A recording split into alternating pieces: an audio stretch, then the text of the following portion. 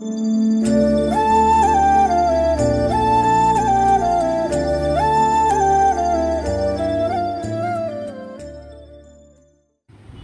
Guys, welcome back to my YouTube channel. Signing off లక్కీనరీ channel అండి. అందరికీ నమస్కారం. ఇప్పుడు దాకా నా ఛానల్ని ఎవరైతే సబ్స్క్రైబ్ చేసుకోలేదో please do like, share and subscribe to my YouTube channel. So ఈరోజు రెసిపీ ఏంటో మీకు ఆల్రెడీ తెలిసిపోయి ఉంటుంది. ఈరోజు రెసిపీ వచ్చేసి మడత కాజా అండి.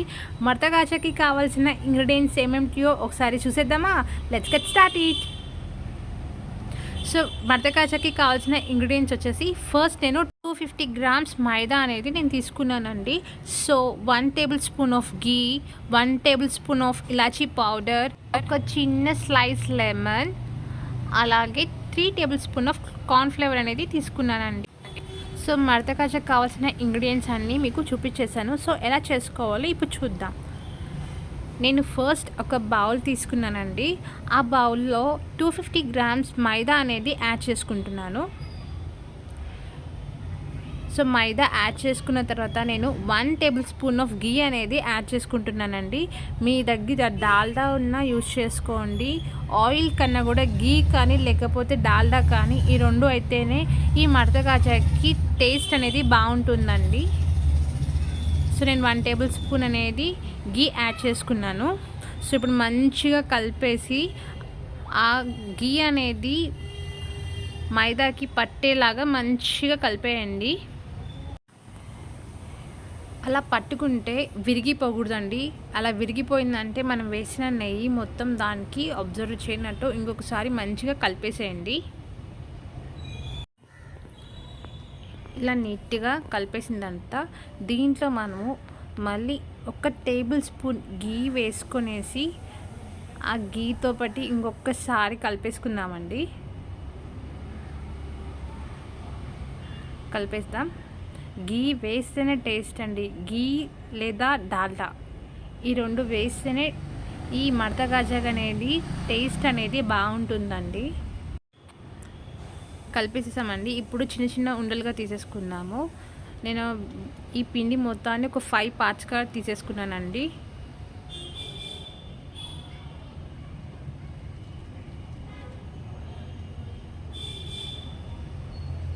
ఇప్పుడు వాటిని చిన్న చిన్న బౌల్స్ లాగా అనేసుకొని మనం మూత పెట్టేసి ఒక 15 మినిట్స్ అనేది దాన్ని కర్లీకుండా పక్కన పెట్టేద్దాం. ఆలోపు మనం అనేది పాకం ఎలా చేసుకోవాలో చూసేద్దాం. పెట్టేసి పాకం ఎలా చేయాలో చూద్దాం. ఫస్ట్ నేను స్టవ్ ఆన్ చేసుకొని ఒక వెజల్ అనేది పెట్టేసుకుంటున్నానండి. వెజల్ పెట్టేసి నేను దాంట్లోకి 2 కప్స్ అనేది వాటర్ అనేది యాడ్ చేసుకుంటున్నానండి. షుగర్ ఏ క్వాంటిటీలో అయితే తీసుకుంటున్నానో అదే క్వాంటిటీలో నేను వాటర్ కూడా యాడ్ చేసుకుంటున్నాను. నేను 1 కప్ షుగర్ తీసుకుంటున్నాను, అలాగే 2 కప్స్ వాటర్ అనేది యాడ్ చేసుకుంటున్నానండి పాకానికి. ఈ పాకం అనేది మరీ లేతగా కానీ లేకపోతే మనం గులాబ్ జామ్కి పట్టుకునేలాగా అంత అవసరం ఏం లేదండి. స్టిక్కీగా ఉంటే చాలు. స్టిక్కీగా మన 2 ఫింగర్స్కి అతుక్కునేలాగా ఉంటేనే ఆ పాకం ప్రిపేర్ అయినట్టు. అంతవరకు చాలండి. మరి లేత పాకం వచ్చేలాగా ప్రిపేర్ చేయాల్సిన అవసరం లేదు. నేను ఒక్కసారి అనేది గరిటెతో మొత్తం కలబెట్టేసి దాన్ని ఒక 10 మినిట్స్ అనేది అలాగే వదిలేస్తానండి. సో పాకం కొంచెం స్టిక్కీగా అయిన తర్వాత మీకు చూపిస్తాను ఏ విధంగా రావాలో అని చెప్పేసి. ఒక్కసారి గరిటెతో కలబెట్టేసి స్టిక్కీగా ఉందో లేదో ఒకసారి చెక్ చేస్తానండి. కొంచెం స్టిక్కీగా అయిందండి. చూడండి ఒకసారి. ఈ మాత్రం ఉంటే సరిపోతుంది పాకానికి. మరీ లేత పాకంత అవసరం లేదు. అర్థమవుతుందా? ఇంకొకసారి చూపిస్తున్నాను చూడండి. కనిపిస్తుంది కదా? సో ఈ మాత్రం ఉంటే చాలండి. ఇప్పుడు నేను స్టవ్ కట్టేసి పాకంలో యాడ్ చేయాల్సినవి ఏమేమిటి అంటే చూపిస్తాను చూడండి. 1 టేబుల్ స్పూన్ గీ యాడ్ చేసుకోండి పాకంలోకి. అలాగే ఒక స్లైస్ లెమన్ కట్ చేసి పెట్టుకున్నాం కదా, ఆ లెమన్ అనేది ఒక 1/2 టేబుల్ స్పూన్ సరిపోతుందండి. అది బ్యాలెన్సింగ్కి మాత్రమే అండి. సో ఒక్కసారి రెండింటిని కలిపేసి ఇప్పుడు దాంట్లోకి మనం కొంచెం ఇలాచీ పౌడర్ అనేది యాడ్ చేసుకుందాం. 1 టేబుల్ స్పూన్ ఇలాచీ పౌడర్ కూడా యాడ్ చేస్తున్నానండి నేను. మంచిగా కలిపేసి ఇప్పుడు మూత పెట్టేసి పక్కన పెట్టేద్దాం. ఇప్పుడు మనం కాజా ఎలా ప్రిపేర్ చేసుకోవాలో అనేది నేను చూపిస్తాను, చూసేయండి. సో నేను ఫస్ట్ ఇప్పుడు దాకా ఒక 15 మినిట్స్ దాన్ని అలా వదిలేసాను కదా. ఇప్పుడు ఆ బాల్ తీసుకొని మనం కార్న్ఫ్లవర్లోకి డిప్ చేసి చపాతీ మనం ఏ విధంగా చేసుకుంటామో అదే విధంగా దీన్ని కూడా చపాతీ కర్రతో ఆ విధంగా చేసుకుందాం. చూడండి ఒకసారి నేను ఎలా చేస్తున్నానో. ఆ విధంగా తీసుకున్న 5 చపాతీస్ ఆ విధంగా చేసేసి ఆ తర్వాత ఎలా చేయాలో ఒకసారి చూపిస్తాను, చూడండి.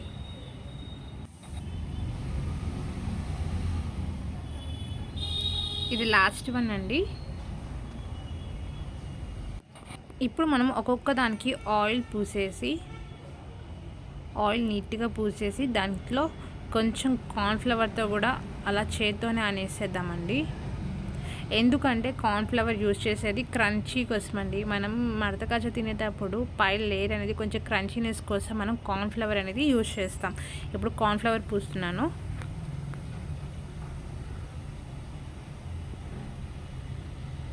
సో ఆ విధంగా 1 బై 1 వేసుకుంటూ ఆయిల్ పూసేసి అలాగే కార్న్ఫ్లవర్ పూసేద్దామండి.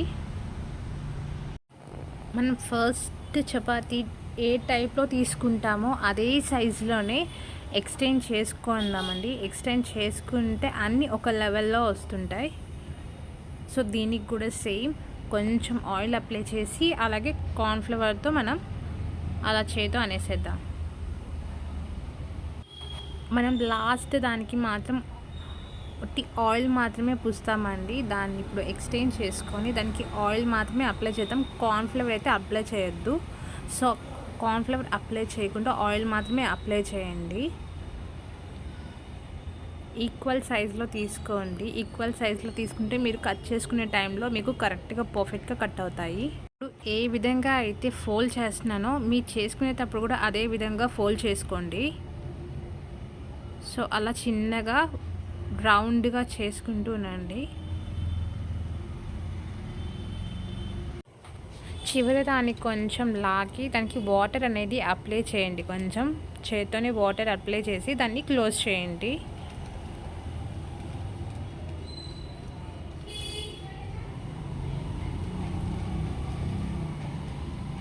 వాటర్ అప్లై చేసి ఇప్పుడు కొంచెం చేత్తోనే సో దాన్ని ఇప్పుడు క్లోజ్ చేద్దాం.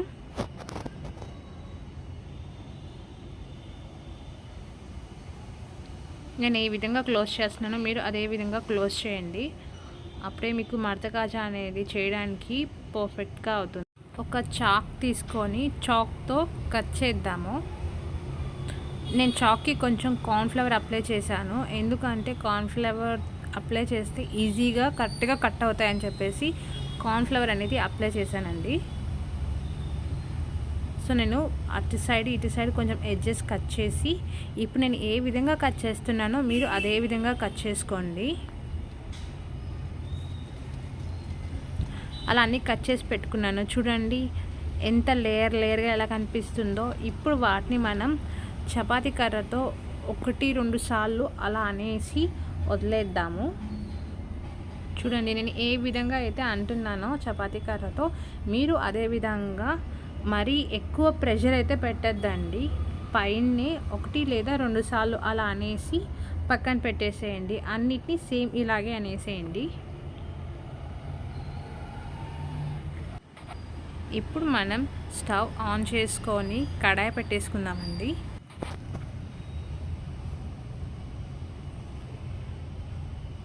దానిలో కొంచెం ఆయిల్ అనేది యాడ్ చేసుకుందాం. ఆయిల్ మీడియంగా హీట్ అయితే సరిపోతుందండి, గోరువెచ్చగా. ఎందుకంటే మనం వేసే మడత కాజా అనేది లో ఫ్లేమ్లో పెట్టి కుక్ చేసుకుంటేనే ఆ మడత కాజా లేయర్గా పొరలుగా వస్తుందండి. సో అందుకోసమే లో ఫ్లేమ్లో పెట్టేసి హీట్ చేసుకోండి. ఇప్పుడు మనం ఒక్కొక్కటి దాంట్లోకి డిప్ చేసుకుందాం. చూడండి నేను ఏ విధంగా అయితే వేస్తున్నానో ఆ విధంగా వేసుకోండి. అయిన తర్వాత హీట్ అయిన తర్వాత లో ఫ్లేమ్లో బాగా ఆయిల్ హీట్ అయిన తర్వాత ఆ మడత కాజా అనేది పైకి తేలుతుందండి. చూడండి ఇప్పుడు పైకి ఎలా తేలుతుందో ఒకసారి.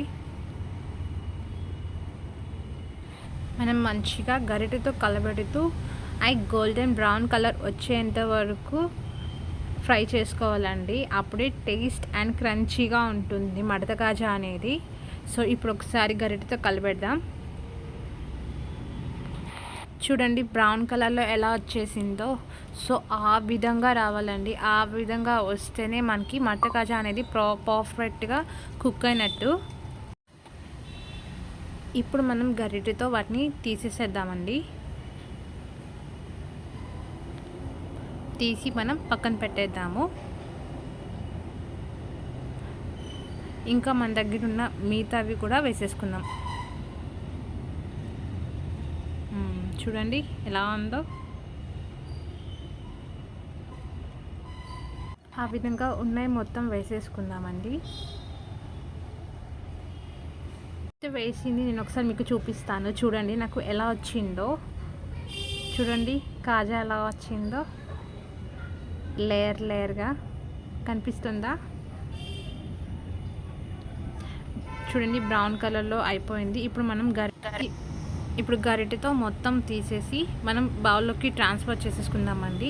ఇప్పుడు నేను స్టవ్ కట్టేస్తున్నాను. ఫస్ట్ స్టవ్ కట్టేసి అవన్నీ తీసేసి బౌల్లోకి ట్రాన్స్ఫర్ చేసుకుంటాను. నేను మీకు డిప్ చేసి చూపిస్తాను నాకు ఏ విధంగా వచ్చిందో.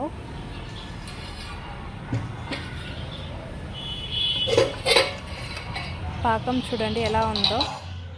పాకం వేడిగానే ఉండాలండి, చల్లారిపోతే మీరు మళ్ళీ హీట్ చేసుకోండి. సో నేను ఇప్పుడు కనిపిస్తుంది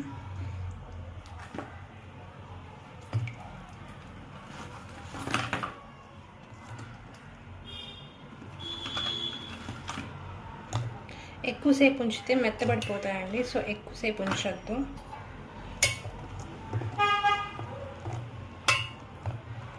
వీటికి బాగా పట్టాలి. ఒకటి తీసి మనం వేరే దాంట్లోకి ట్రాన్స్ఫర్ చేసుకుందాము.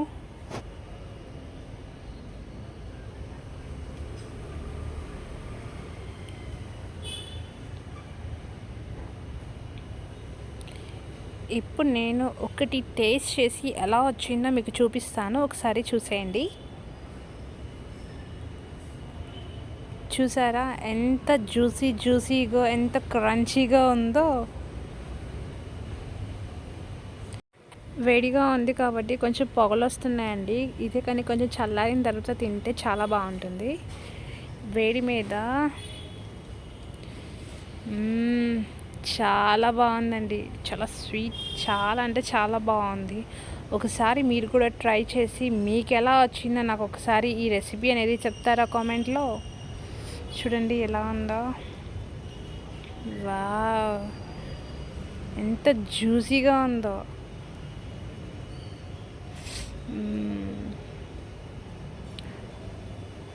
చూసేయండి ఒకసారి.